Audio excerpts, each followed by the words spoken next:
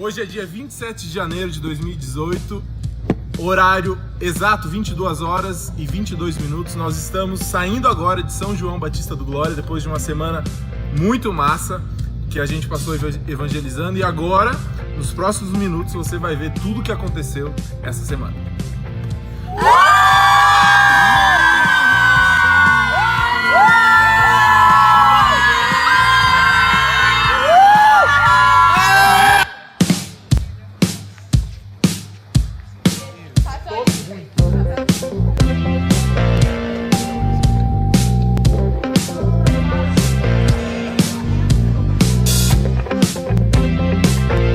Quem ali é a primeira viagem? Vai, levanta a mão.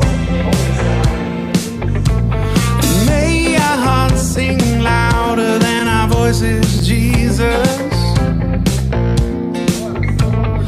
May our hearts sing louder than our voices, Jesus. And for the only one worthy is the one who freed us. The only one worthy is the one who freed us. May our hearts sing louder than our voices, Jesus. And we dance, and we praise, and we lift our hearts and say, holy, holy, holy is the Lord our God.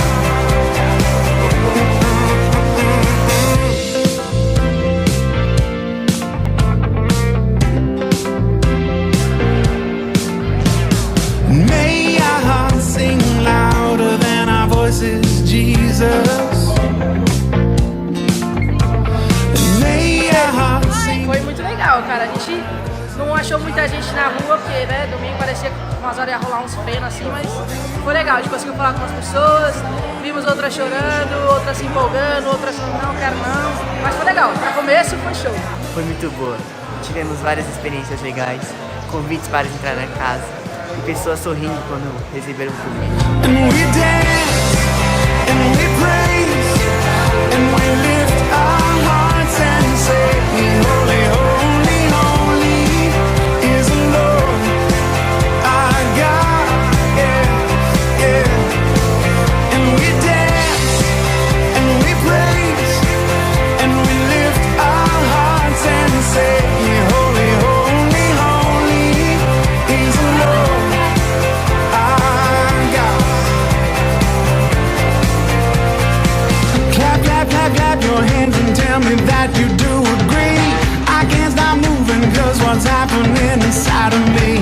Come on and sing it from the very top of your lungs. But let your life be louder than whatever is sung. Dance and praise and lift your heart. I see a generation. A gente está indo agora, nesse momento, fazer uma ação junto à prefeitura da cidade, no plantio de 750 árvores. Selfless faith. I see a near revival stirring as we pray and seek. We're on our knees. We're on our knees. Hosanna, Hosanna, Hosanna in the highest. Hosanna, Hosanna, Hosanna in the highest.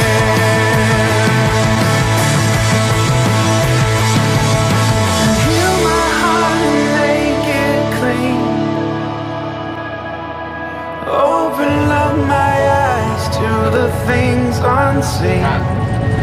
Show me how to love like you have loved me.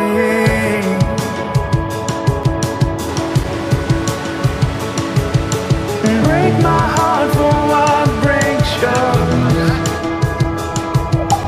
Everything I am for your kingdom's cause.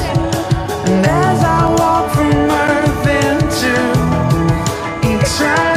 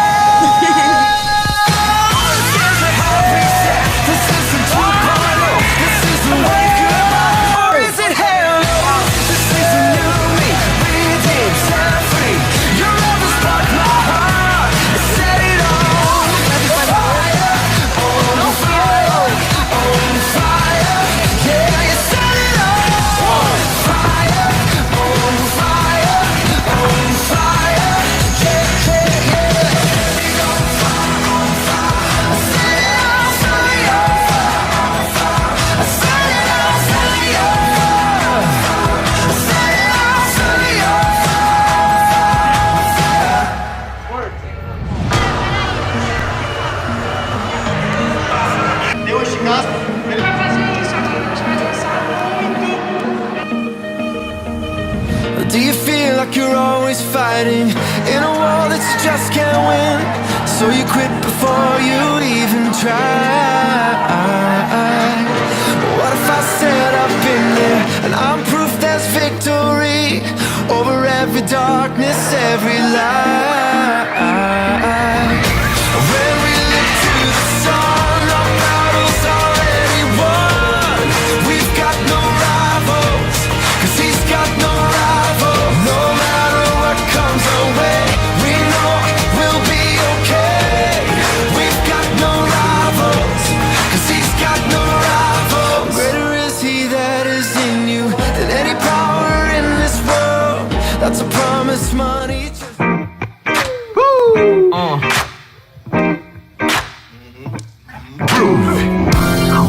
Yeah. 1, 2, 3, 4, 5, 6, 7, 10. Respira, ele fez. Mano, esse Jesus é fogo no pavio. Jerusalém deixou um túmulo vazio. 1, 2, 3, 4, 5, 6, 7, 10. Respira, ele fez. Mano, esse Jesus é fogo no pavio. Jerusalém deixou um túmulo vazio. Que ele cresça, que eu diminua.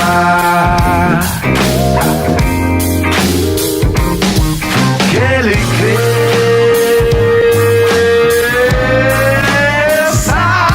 que eu diminua. Yeah. Aí. Ele te deu a vida, te deu um corpo fortemente sã. Caso não vença hoje, ele te dá o amanhã. Quer para batalhar, não desfalecer. E te deu a palavra que traz cura pra viver. Ei, sem retroceder, cá entre nós dois. E se você quiser contar pros seus mano depois, que esse Jesus é fogo no pavio, pois em Jerusalém deixou o túmulo vazio. 1, 2, 3, 4, 5, 6, 7, 10. Esse Jesus é fogo no pavio. Jerusalém deixou um túmulo vazio. 1, 2, 3, 4, 5, 6, 7, 10. Respira, ele vem. Mano, esse Jesus é fogo no pavio. Jerusalém deixou um túmulo vazio. Que ele cresça, que eu diminua.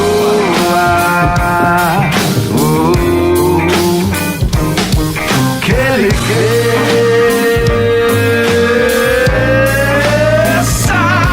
que eu diminua.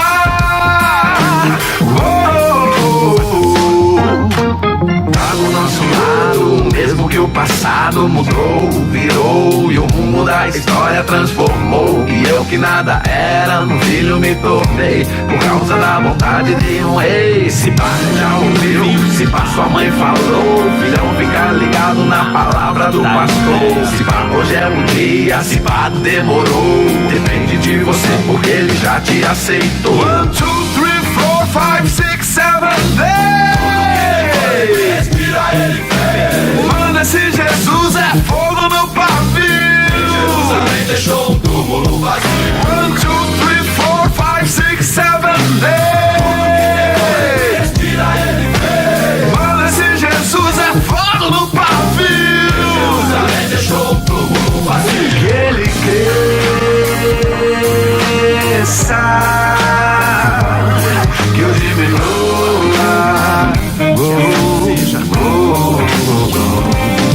Que ele cresça, que eu diminua.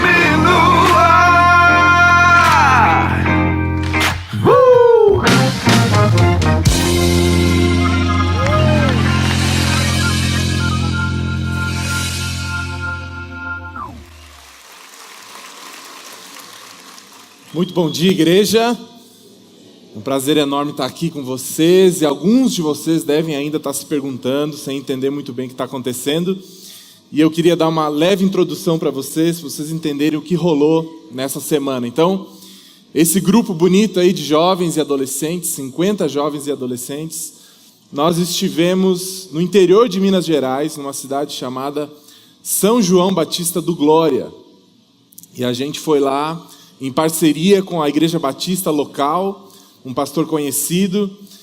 E, enfim, passamos uma semana lá fazendo diversos trabalhos diferentes, dormindo mal, tomando banho mal, passando por perrengue, lavando louça, lavando banheiro, fazendo de tudo.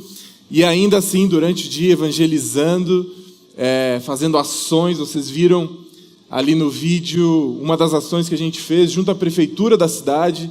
Nós plantamos 750 árvores para a cidade. E a nossa estadia lá,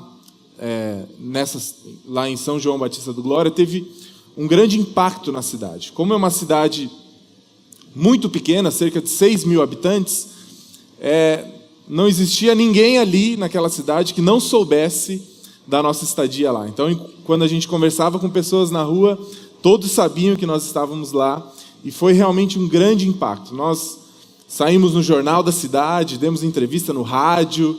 Foi assim, foi maravilhoso, foi demais. E além do plantio de árvores, nós visitamos asilos, fizemos EBF com as crianças, cerca de 50 crianças, 1% da população da cidade estava com a gente, né? Então foi muito bom, e a gente queria ter esse tempo com vocês nessa manhã para compartilhar algumas experiências que a gente teve lá, porque para encorajá-los mesmo, encorajar a igreja a sair da sua zona de conforto, talvez não em uma viagem missionária exatamente, mas a gente sabe que existe muito campo, né? Existe muito campo para a gente falar de Jesus, seja na sua casa, na sua família, trabalho, escola. Então a gente vai ter um tempo agora, 3 breves testemunhos dessa molecada, e aí depois a gente tem uma breve palavra também. Eu queria chamar o primeiro aqui, vem cá, Brian, chega aí.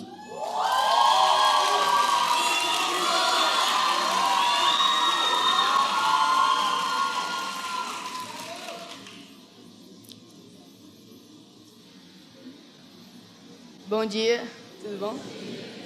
Meu nome é Brian, eu tenho 13 anos, fazer 14.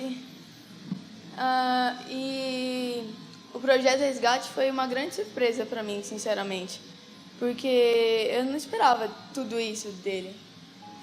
Mudou muitas coisas assim na minha vida. E uma delas foi antes de a gente vir pro resgate e no ônibus, eu estava totalmente perdido. Eu não sabia o que eu estou fazendo aqui. Eu não sabia, o que fazer. Obrigada. Eu também não sabia como interagir com as pessoas. Eu estava perdidaço, não sabia fazer absolutamente nada. E nisso, eu não sentia muita coisa assim. Eu estava levando tudo pelas coxas. Tanto faz. Ter que ajudar ali, plantar... ir no sol, convidar as pessoas, tanto faz para mim, sabe?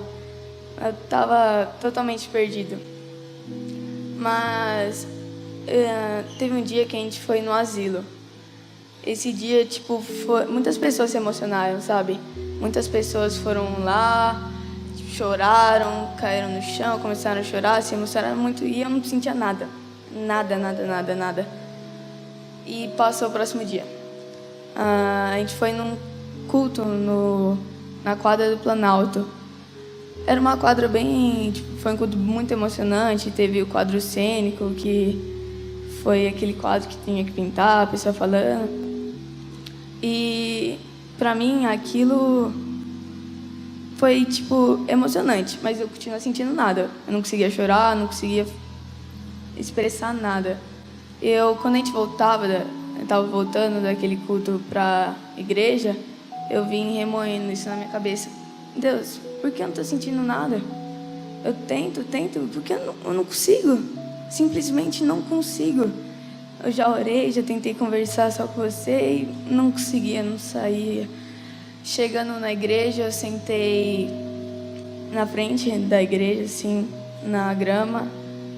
Comecei a pensar, as pessoas passavam por mim, Brian, você está bem? Você está tão quieto? Eu falei, não, estou bem. Tô bem. Até que chegou uma pessoa muito especial, que considero ele como fosse um irmão mais velho.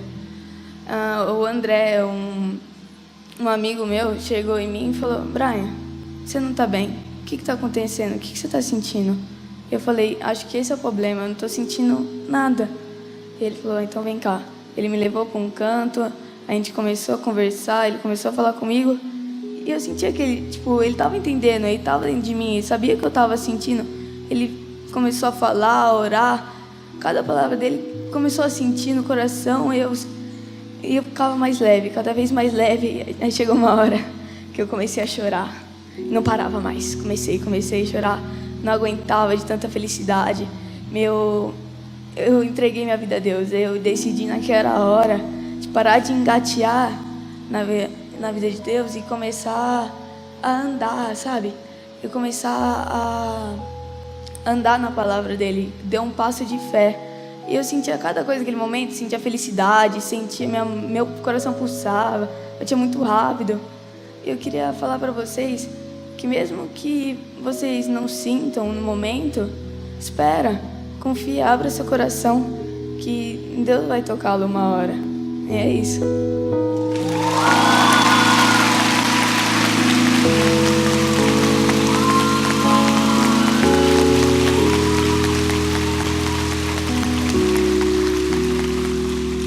Vem pra cá, Fabinho. Cadê você?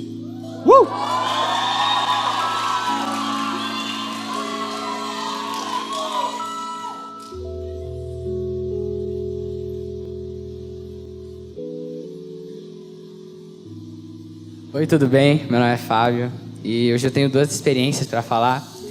Uma das experiências foi no asilo. A gente pegou um dia para ir no asilo, para a gente visitar os idosos.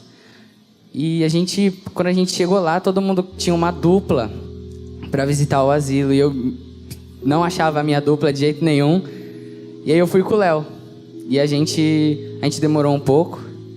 Então a gente não conseguiu pegar na ala principal, onde tinha os velhinhos que conversavam, os velhinhos que, assim, parecia que mais novos, que iam entender. Então a gente teve que ir para as alas do canto, onde estavam os velhinhos que estavam deitados, os velhinhos que estavam mais debilitados. E chegando lá, a gente entra no primeiro quarto e tem uma mulher lá dentro. É a dona Rita. E a enfermeira, quando a gente entra, ela já cola na gente e fala que ela não enxergava e nem falava, ela só ouvia. E eu e o Léo, a gente se apegou nisso e falou: se ela só ouve, é o que a gente vai fazer, a gente vai falar pra ela. Então a gente ficou ali falando bastante do plano de salvação que Deus tinha pra ela. E mesmo ela não falando nada pra gente, a gente percebeu que ela estava com a gente, ela estava acompanhando. A gente sentiu o que ela sentia. E então, depois da gente ter acabado, a gente não podia deixar ela sozinha. E eu pedi pro Léo. Falei: Léo, vai lá e chama a enfermeira enquanto eu fico com ela, pra ela não ficar sozinha. E o Léo saiu e eu comecei a orar pela vida dela. E eu comecei a chorar demais. Chorar muito. Eu acho que o Léo deve ter até assustado dele ter chegado no quarto e ver eu chorando que nem uma criança. Mas eu tava chorando muito. O Léo começou a orar e ele começou a chorar muito também, os dois. E o que eu aprendi muito com essa história é que, você não precisa fazer plano. Porque eu não ia com o Léo. E eu fui com o Léo e os dois, a gente ficou ali, a gente deu super certo. Eu não ia na ala dos velhinhos que estavam deitados, eu ia na ala principal e eu não fui lá. E eu caí com a dona Rita, então acho que Deus foi maravilhoso. Ele foi demais. E a segunda experiência foi a experiência do quadro cênico. Quando a gente chegou no treinamento, você precisava escolher entre 3 opções para você fazer lá na viagem. E uma das opções era cantar ou tocar, e não foi essa. Era atuar, também não escolhi, e sobrou o quadro cênico, que é onde você vai usar o desenho e a fala para falar do plano de salvação. E aí a gente foi lá, eu, a Stephanie e a Sofia, e a gente ficou treinando aquele dia do treinamento. E quando a gente chegou na viagem, a gente chegou lá na igreja, a gente conversou com o Danilo, e ele falou que seria eu e a Sofia que a gente ia apresentar. E nesse treinamento, eu nunca vi uma coisa assim, eu tava com muita vergonha. Mesmo com o Danilo, que era alguém que eu já conhecia, eu ficava olhando pro chão, eu não conseguia olhar pra ele, coitada da Sofia, eu falava, atropelava ela, foi uma bagunça. E chegou o dia, eu falei: eu vou de qualquer jeito. Chegando lá no dia, eu falei assim que... Eu falei em paz, eu e a Sofia, a gente se deu super bem, deu super certo. E o que eu entendi que Deus fez foi que Ele me tirou do centro. A partir do momento que eu parei de falar que era eu, Ele deu certo. Assim, é o momento que quando eu cheguei depois, eu achei lindo que eu não conseguia explicar o que tinha acontecido. Porque não tinha nada a ver com o que eu tinha feito antes. Não tem outra explicação sem ser eu falar que todo o mérito é de Deus, que eu fui só um instrumento, que Deus foi o maestro daquilo tudo. É isso.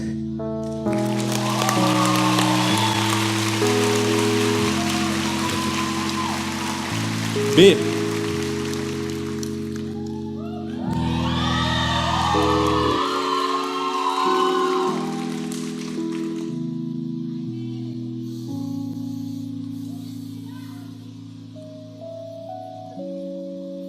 Bom dia, igreja. Gente, tenho 3 historinhas para vocês, 3 testemunhos. E o primeiro deles foi quando a gente foi no asilo.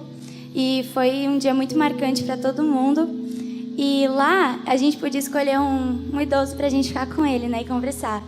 E eu fui junto com a galera, fui com o seu Martinho. E quando eu comecei a conversar com ele, ele era católico. E ele ficava perguntando para mim. Ele usava cadeira de roda, né? Ele andava na cadeira. E ele perguntava: você acha que foi Deus que me colocou nessa cadeira ou você acha que foi outra coisa?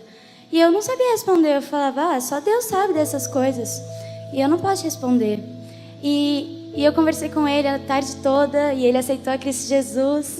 E foi uma bênção. E no final de tudo, ele chegou para mim e falou assim: olha, eu estou muito feliz que eu estou nessa cadeira. E eu perguntava por quê e ele respondia: porque quando eu andava, eu fazia muita coisa errada. Eu bebia, eu batia. E agora que eu estou nessa cadeira, eu estou nesse lugar legal que eu gosto. Eu não faço mais essas coisas e eu me sinto abençoada, eu me sinto em paz nessa cadeira. E foi muito uma bênção escutar isso dele, porque ele conseguiu ver a paz de Cristo onde ele estava, sabe? Ele viu a felicidade em Deus. E foi muito gratificante ver isso. A outra parte foi quando a gente estava nessa quadra do Planalto. E eu fui falar com umas meninas, umas adolescentes. E quando eu comecei a falar com elas, elas estavam meio perdidas, assim, olhando para os lados, não queria escutar. Então eu comecei a olhar nos olhos delas e comecei a falar do Evangelho. E nisso pegou a atenção delas. E a gente começou a conversar com elas, eu e as meninas. E sei lá, foi tão legal, porque eu queria que elas entendessem a mensagem. E eu falava do céu para elas. Eu falei: galera, no céu vocês não vão sofrer por homem. Vocês vão, sabe, vai ter festa sempre. Gente, elas ficaram muito felizes, sabe? Foi muito legal. E no final, a gente falou para elas: se vocês querem aceitar Jesus, vocês podem orar com a gente. E tava muito barulho, eu não consegui perceber se elas oraram ou não. Mas eu sei que elas ficaram muito tocadas. Uma delas chorou no meio da mensagem. E eu espero muito em Deus que elas tenham entendido a mensagem, tenham aceitado no coração, sabe? E a última vez que foi uma que me tocou muito foi quando eu fui falar com o Gabriel, que era uma criança que estava sempre com a gente na igreja lá. E foi em outra quadra, quando a gente foi falar com as crianças. E, gente, eu não me dou muito bem com crianças, eu não tenho jeito. E eu fui falar com ele do mesmo jeito que ele estava perto de mim, depois da mensagem do Fabinho. E quando eu comecei a conversar com ele, eu comecei a falar sobre o céu. E eu falava que no céu ninguém chora, tinha festa todo dia. E os olhos dele estavam brilhando. Ele: nossa, que incrível, que legal, eu quero isso. E foi muito lindo, porque quando eu falei que estava escrito na Bíblia que o céu é das crianças, cara, ele ficou muito feliz, muito feliz. E ele ria comigo e ele aceitou a Jesus. E foi muita bênção. E o que eu tenho a falar para vocês é que vocês não precisam viajar para outro estado, sabe? Ir em viagem missionária para poder pregar o Evangelho. Como o Dodô falou, a gente pode falar na escola, a gente pode falar na nossa rua, com os vizinhos, a gente pode falar com todos que estão perto da gente. Porque para compartilhar o amor de Cristo, a gente não precisa ir em uma viagem ou coisa do tipo. A gente pode apenas compartilhar com quem está do seu lado esse amor, porque todo mundo precisa desse amor.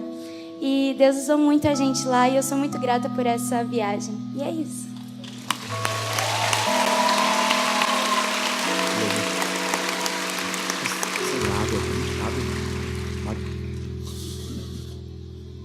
Muito bem. inspirador, não é? Eu pensei que a melhor maneira da gente terminar uma viagem missionária seria terminar como a gente começou ela. Do início ao fim, o Evangelho foi o centro dessa viagem, e eu queria, mais uma vez, para fechar bem essa nossa viagem, falar um pouquinho sobre o Evangelho. Então, se você puder, abra sua Bíblia em Deuteronômio no capítulo 21.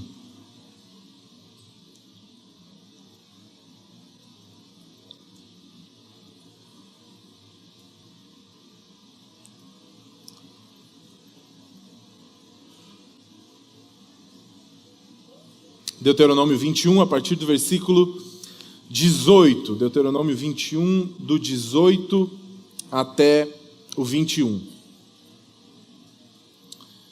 Olha só o que a palavra de Deus diz. Se você não trouxe sua Bíblia, você pode acompanhar na tela.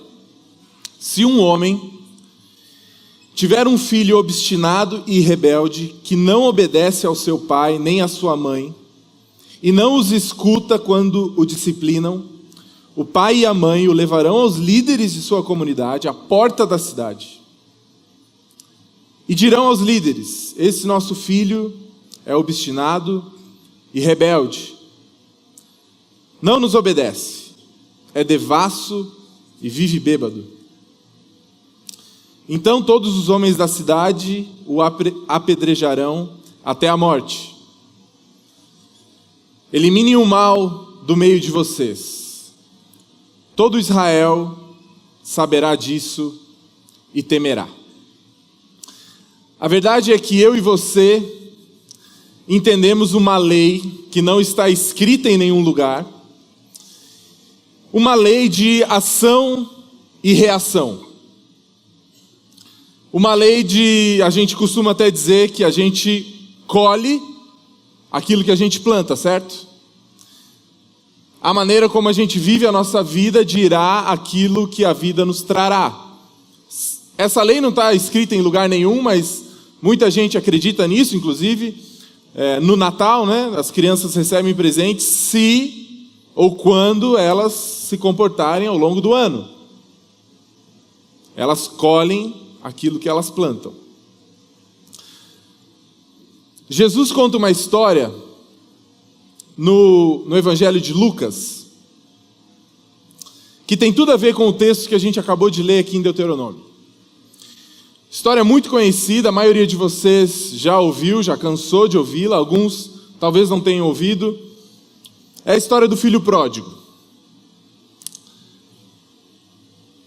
A lei do Antigo Testamento, que a gente acabou de ler em Deuteronômio, permitia que um pai e uma mãe, se quisessem, se tivessem um filho rebelde, devasso, bêbado, que não se comportasse, que precisasse de disciplina, mas mesmo assim a coisa não fosse resolvida, a lei do Antigo Testamento, para os judeus, dizia e permitia que esses pais, olhem só que coisa, que esses pais levassem, é o texto que a gente acabou de ler, que esses pais levassem o próprio filho à porta da cidade onde os líderes se sentavam, e esse filho, por causa da sua rebeldia, por causa da sua devassidão, por causa da sua maldade, por causa do seu coração duro, se os pais quisessem, esse filho poderia ser apedrejado até a morte.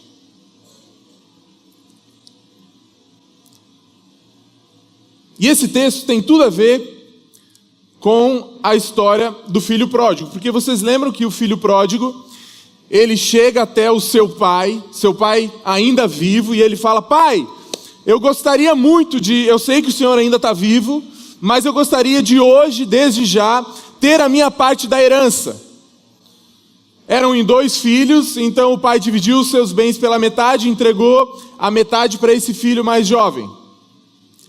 Esse filho mais jovem enche os seus bolsos então de dinheiro e parte para viver a vida que ele sempre desejou, a vida que ele sempre quis, longe de casa, sozinho, da maneira que ele bem entendesse, gastando aquela fortuna da maneira que ele bem entendesse.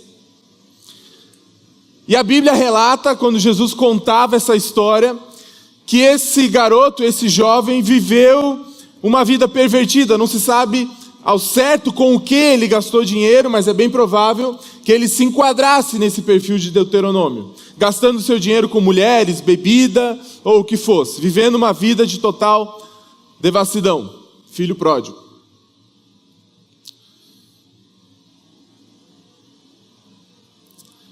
E é exatamente isso que acontece. Ele vai e vive a vida da maneira que ele bem entende. Mas logo, a vida dos sonhos desse rapaz, desse garoto, se desfaz quando o dinheiro que ele tinha da herança começa a acabar. O dinheiro não era infinito, embora fosse uma grande quantia, o dinheiro acabaria.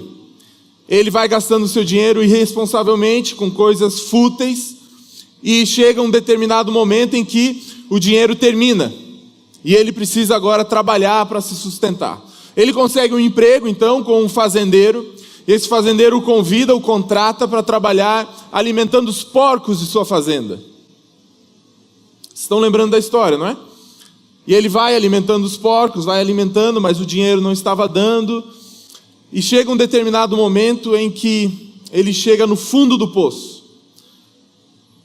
Em que a comida que ele servia para os porcos, ele desejava comê-la. Tamanha fome e miséria que esse jovem estava passando. Nesse momento, quando ele deseja isso, ele põe a mão na consciência, ele repensa a sua vida, e ele fala o seguinte: na casa de meu pai, antes de vir para cá, antes de sair de casa, eu tinha tudo que eu precisasse, eu nunca precisei comer comida de porcos. Eu acho que é a hora de eu voltar.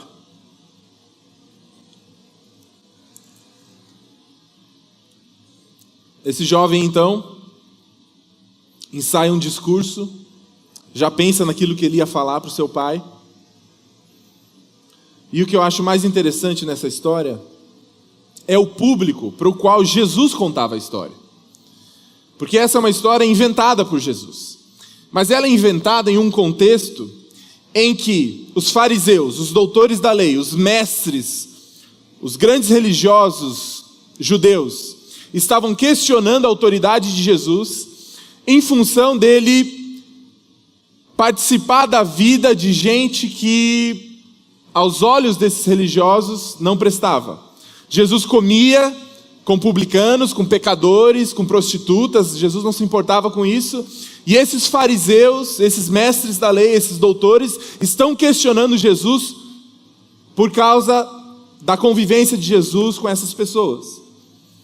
Quando ele é questionado em relação a isso, ele conta então essas 3 parábolas que estão lá em Lucas 15.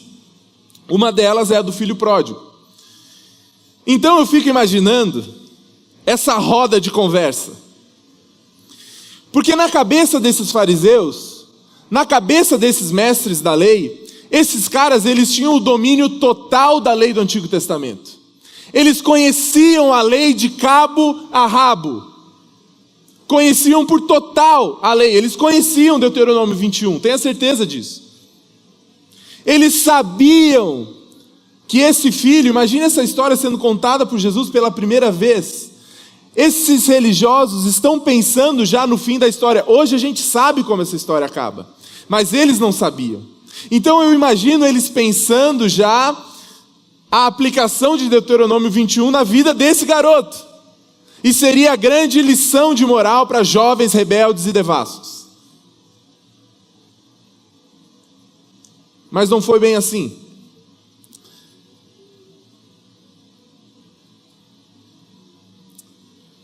Esse filho volta para casa, sabendo também do risco que ele assumiria voltando para casa, porque ele se enquadra em Deuteronômio 21, ele também conhecia a lei, tinha estudado.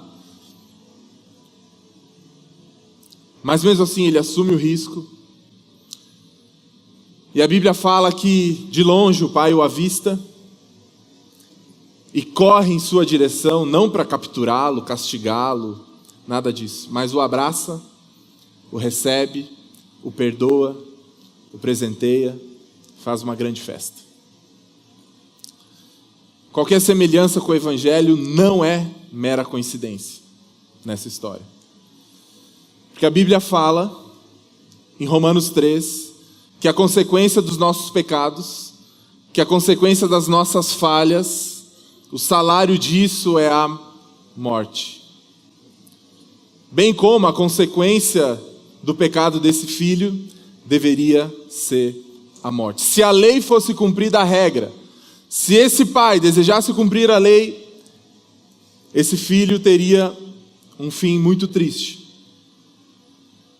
Além de Romanos 13, em Efésios 2, Paulo também escreve que por natureza, eu e você, a começar por todos os pastores, passando pelos resgatinhos, todos os membros dessa igreja, todos nós éramos por natureza merecedores de ira em função dos nossos pecados. Ação e reação. Se a lei fosse cumprida à risca, nós teríamos que colher aquilo que plantamos. Mas essa história desse pai revela para mim e para você a história do Evangelho. Porque assim como esse filho merecia a morte, assim como esse filho precisaria morrer, nós também merecíamos a morte. Mas Deus vem em nossa direção, nos encontra, nos abraça e nos perdoa. Sabia que esse é o único lugar na Bíblia onde Deus, representado pelo Pai, nessa história, mostra um Deus apressado. É o único lugar onde Deus é visto apressado, correndo.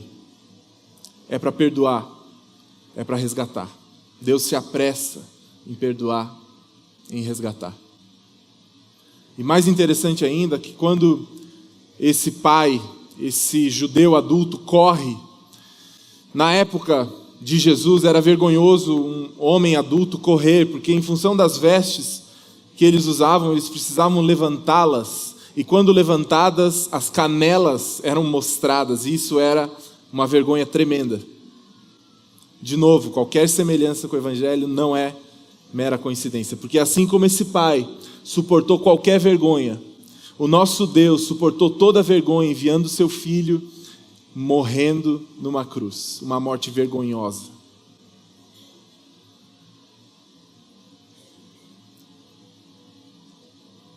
Eu queria terminar ainda com mais uma história narrada na palavra de Deus.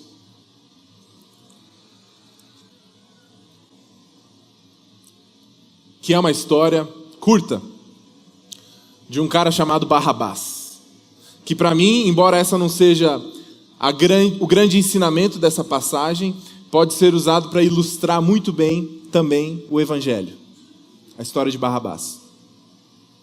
Barrabás surge no meio da história de Cristo Jesus. Cristo Jesus está prestes a ser crucificado, ele já tinha sido preso, capturado, e de repente surge esse nome pouco conhecido, um tal de Barrabás. Barrabás surge no momento e na história, no momento mais importante de toda a história, a crucificação de Cristo Jesus, aquele ato simbólico que mudaria toda a história. E de repente surge esse cara, Barrabás. Pouco se sabe a respeito de Barrabás, a não ser que ele era um criminoso. A Bíblia fala que ele era sim um criminoso, um rebelde, um ladrão, não era boa gente. Barrabás não era uma boa pessoa, cheio de pecados. E é interessante que os judeus na época tinham um costume também de, na época da Páscoa, a época em que Jesus foi crucificado, de soltar um criminoso. Barrabás já estava preso e eles tinham acabado de prender Jesus Cristo. Na Páscoa, os judeus gostavam então de soltar um dos criminosos. E nesse momento da história, Barrabás surge porque ele é apresentado por Pôncio Pilatos. De um lado, Barrabás. De outro lado, Cristo Jesus. E o povo decidiria quem seria solto e quem seria crucificado. Cristo ou Barrabás. Quando eu li essa história, eu pensava, caramba, mais essa? Jesus já tinha vindo à terra, não tinha pertence algum aqui, não tinha onde repousar a sua cabeça. Jesus já tinha sido traído, Jesus já tinha sido abandonado pelos seus próprios discípulos, seus amigos, e agora ainda, para o desfecho dessa história toda, Jesus teria que ser exposto a público em uma competição de popularidade. Cristo ou Barrabás?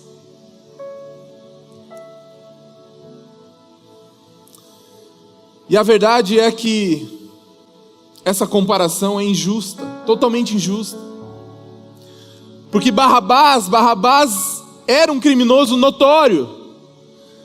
Barrabás tinha feito coisas ruins, era chegada a hora dele colher aquilo que ele tinha plantado. Barrabás era um rebelde, um ladrão, um criminoso, estava preso por causa disso. Barrabás. Do outro lado, Cristo Jesus.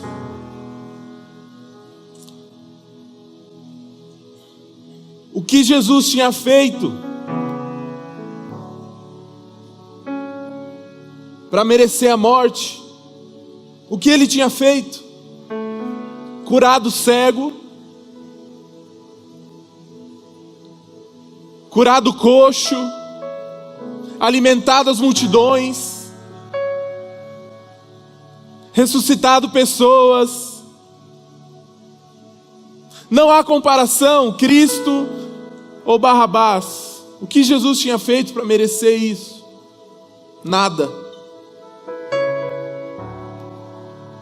O povo então se decide por Barrabás. Nós queremos Barrabás solto. Pilatos, nos dê Barrabás. Nós queremos Barrabás solto. Mate Jesus, crucifique Jesus. Nós queremos Barrabás de volta à comunidade. Barrabás então é solto, suas algemas abertas, e agora ele anda livre pela comunidade novamente, um criminoso. Enquanto Jesus é levado para a cruz para ser espancado, mutilado, assassinado.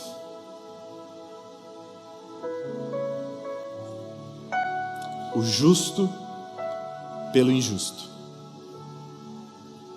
Barrabás surge no meio dessa história toda porque ele nos lembra de nós mesmos.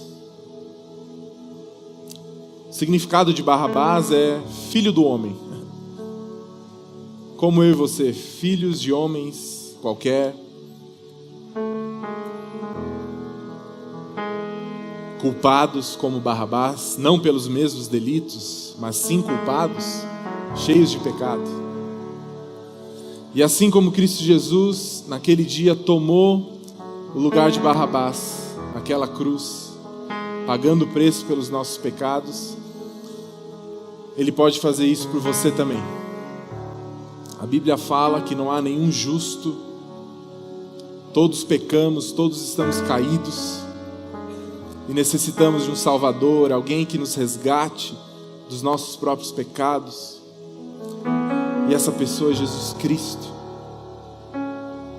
o justo. Se o salário do pecado é a morte, Jesus era a única pessoa que não precisava morrer, porque ele não tinha pecado. Mas mesmo assim, Cristo Jesus escolhe a morte, escolhe morrer por mim e por você, pagando o nosso preço.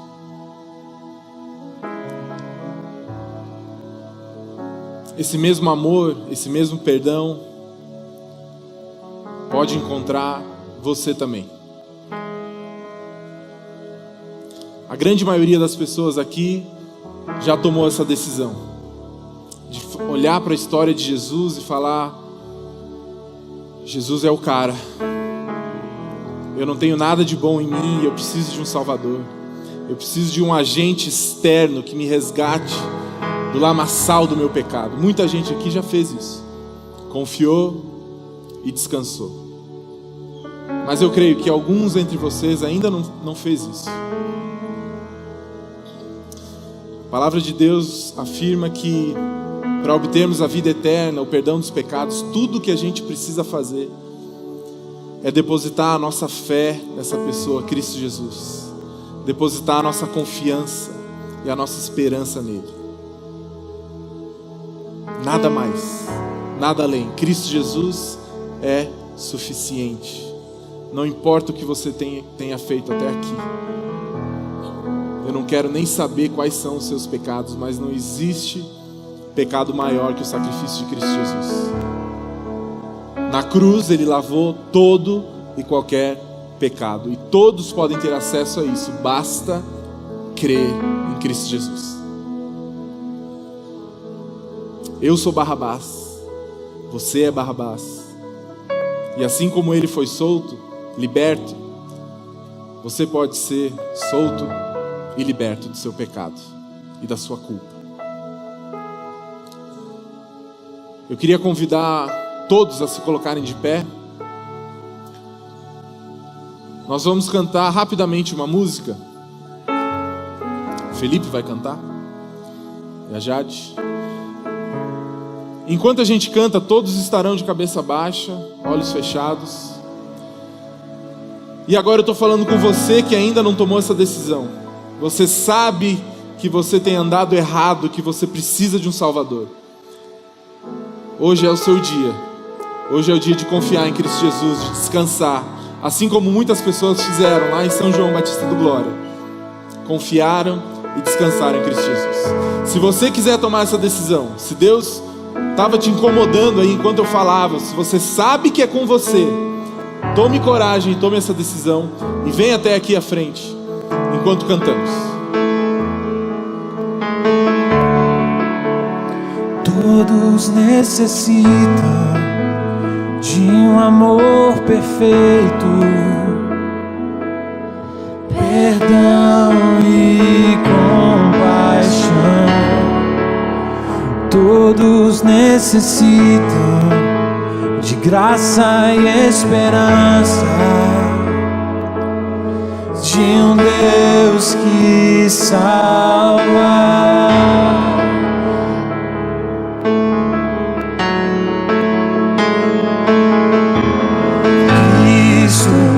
Move as montanhas e tem poder pra salvar, tem poder pra salvar, pra sempre, autor da salvação. Jesus a morte venceu, sobre a morte venceu. Aceita com os meus medos, falhas e temores. Enches meu viver, a minha vida entrego pra seguir teus passos. A ti me rendo.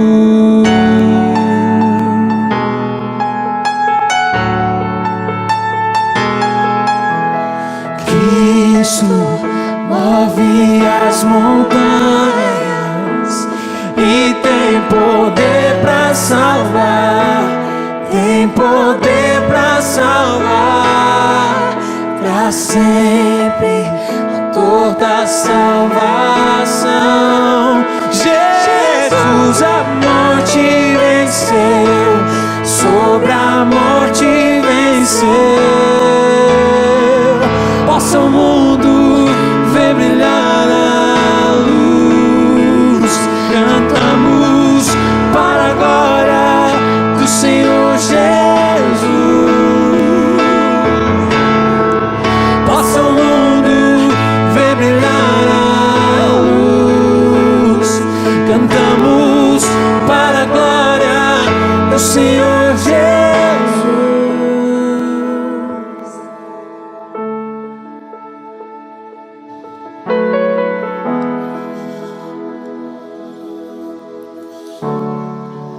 Queria orar pelo Senhor Guilherme, acabou de receber Cristo Jesus. Se você puder orar comigo, a igreja toda vai repetir. Se o Senhor puder repetir essa oração, depois a gente vai te encaminhar. O Moisés está aqui, ele vai conversar contigo mais um pouquinho, tá bom? Vamos orar, igreja. Senhor Jesus, eu reconheço que sou pecador e preciso de um Salvador. Esse Salvador é o teu Filho, Cristo Jesus. Eu agora peço perdão pelos meus pecados e digo que confio em Cristo Jesus como meu Senhor e Salvador. Em nome de Jesus, amém e amém.